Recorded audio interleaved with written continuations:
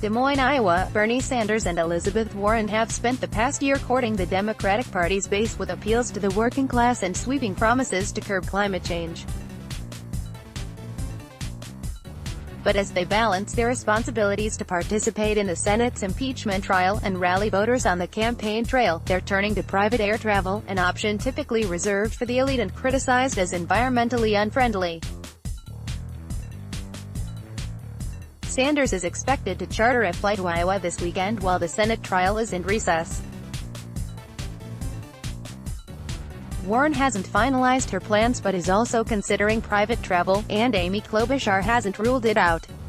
Only Michael Bennet says he'll be flying commercial. The senators are facing an unprecedented challenge in the final days before the Feb. 3 Iowa caucuses. At a time when they would typically barnstorm the state, they're instead stuck in Washington as jurors in President Donald Trump's impeachment case. The little time they have for campaigning makes commercial travel tough. But the private planes present unique issues for Warren and Sanders. As the leading progressive voices in the crowded Democratic primary, they often criticize rivals they deem insufficiently loyal to those values. The sudden use of private travel is an example of how ideological rigidity can sometimes collide with White House aspirations. This is the problem of presenting your purity above your practicality, said Democratic strategist Chris Lippincott, who has not endorsed any of the 2020 primary candidates. When we think about certain candidates who talk a lot about the environment, you're going to hold them to a different standard. Lippincott applauded the 2020 presidential hopefuls in the Senate for being willing to fly privately, if that's what their campaigns need.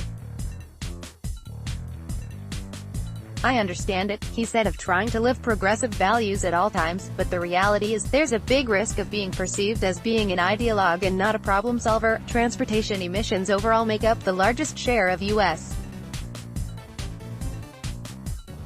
climate-damaging emissions, according to the U.S. Energy Information Administration. Globally, air travel pumps out about 3% of overall emissions of climate-destroying carbon dioxide from burning fossil fuels. Surging growth of air travel in Asia and around the world means those emissions will triple by 2050, the United Nations says, and recent studies say even that figure underestimates the explosive growth of air travel and its emissions. In March, Sanders' campaign became the first to announce it would provide carbon offsets, donations to environmental groups meant to mitigate the environmental effects of extra emissions. Since then, it had spent about $9,000 on them through September. And during his primary challenge to Hillary Clinton in 2016, Sanders paid around $14,000 for such offsets. His campaign is making payments to Native Energy, based in Burlington, Vermont, which is the same company that Clinton used for them during her presidential bid in 2016. That's also the same firm Warren uses, with her campaign paying a little more than $10,000 to it in September. Some climate advocates said they weren't bothered by the private travel, especially because they view a more carbon-conscious administration as a far better result for the climate than 4 more years of Trump in the White House.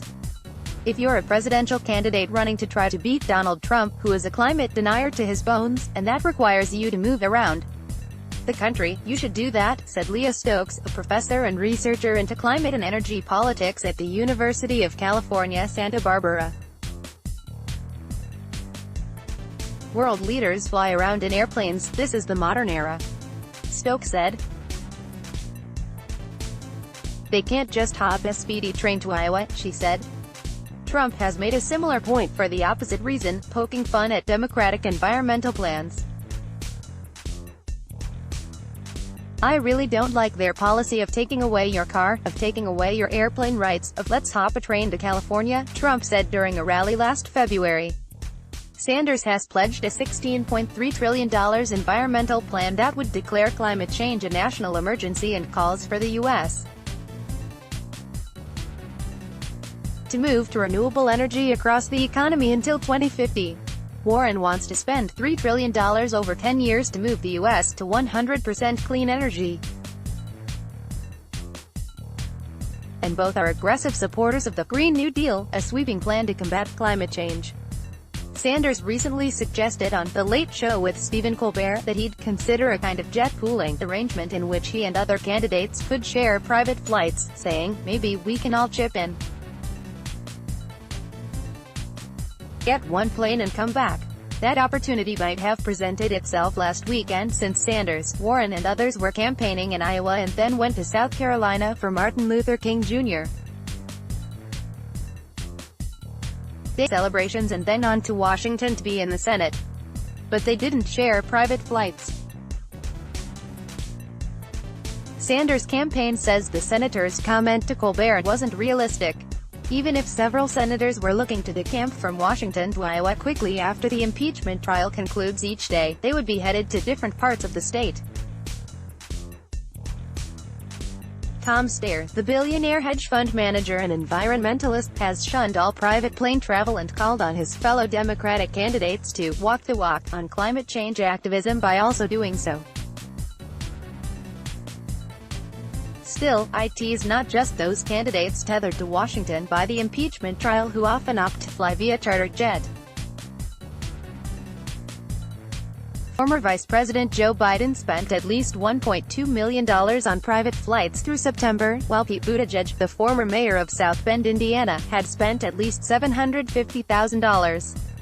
That was more than Sanders, at least $377,000, and Warren, at least $190,000, over the same period, though impeachment could change that.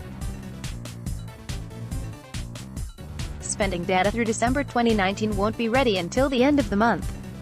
Former New York Mayor Michael Bloomberg mostly flies private to campaign stops. Buttigieg's, Biden's and Bloomberg's campaigns all say they are also paying for carbon offsets. Buttigieg faced criticism this summer for his penchant for flying private from presidential rival Beto O'Rourke, who produced an online ad filmed aboard a commercial jet proclaiming, "No private planes for this campaign." Buttigieg responded during the CNN climate change town hall by saying, "This is a very big country, and I'm running to be president of the whole country." O'Rourke, a former Texas congressman, dropped out of the race in November. Sanders, meanwhile, drew fire after spending nearly $300,000 on private jets in September 2018, as he crisscrossed the country campaigning for other candidates during the midterm elections. The issue also came up in August, when Sanders traveled to Paradise, California, which had been ravaged by wildfires, to unveil his plan to fight climate change. He was unapologetic. "I'm not going to walk to California," Sanders replied when asked about flying private. "We do the best we can as an example, but I'm not going to sit here and tell you that we're not going to use fossil fuels." Nick Meyer reported from Washington. Associated Press writers Brian Sladisco in Washington and Kathleen Ryan in Sacramento, California, contributed to this report. Let's block ads. Why?